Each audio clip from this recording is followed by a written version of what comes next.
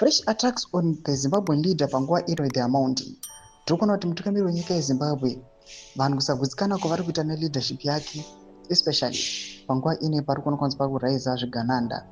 Panguva ine people vari kutaura zvavanoda zvakasiyana siyana pamusoro pe the Zimbabwean leader, vachiona kuti the ruling party ZANU-PF, especially those who are aligned to 2030, these guys they are brutal.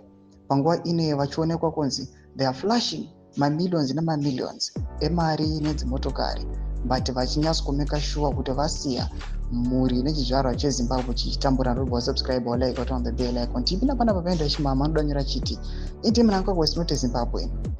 Shumba mutupo wekwamai, he is Zambian. Now he wants to be king of Mutapa. Zimbabweans will know no peace until this era is corrected. The British yet an Indian as a prime minister. Where is he now? Thomas Kwamada Nyukwana Chimama Panapa. And over posted this picture Amurukona this crocodile. And no matter how sharp your teeth are, you can't bite water. Meaning, every problem comes with its own solution. Take time to understand the nature of the situation before taking action. Ndo message ya unzwa kuti zvaro chinyike Zimbabwe na Chimama. Tombomhanya zvedu kuma few comments 1 or 2 panapa vanomudanyira chiti Mugabe was also another problem. Zimbabwe remains cursed until vana vevabva kure are gone.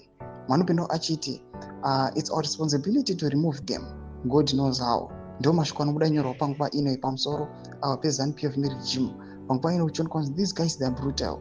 Vanoita as if they are not also Zimbabweans. Noda kuti aiwa the way they do not care, it is very concerning. Panguva ino nezvimwe zvinoitwa nethe regime panguva ino vanotongoshaya kuti are these guys human? Tudze mafunguro enyu motodi pamusoro pechitiko ichi. Pinda comment section medu mafunguro enyu. So subscribe or like chatomba bell icon.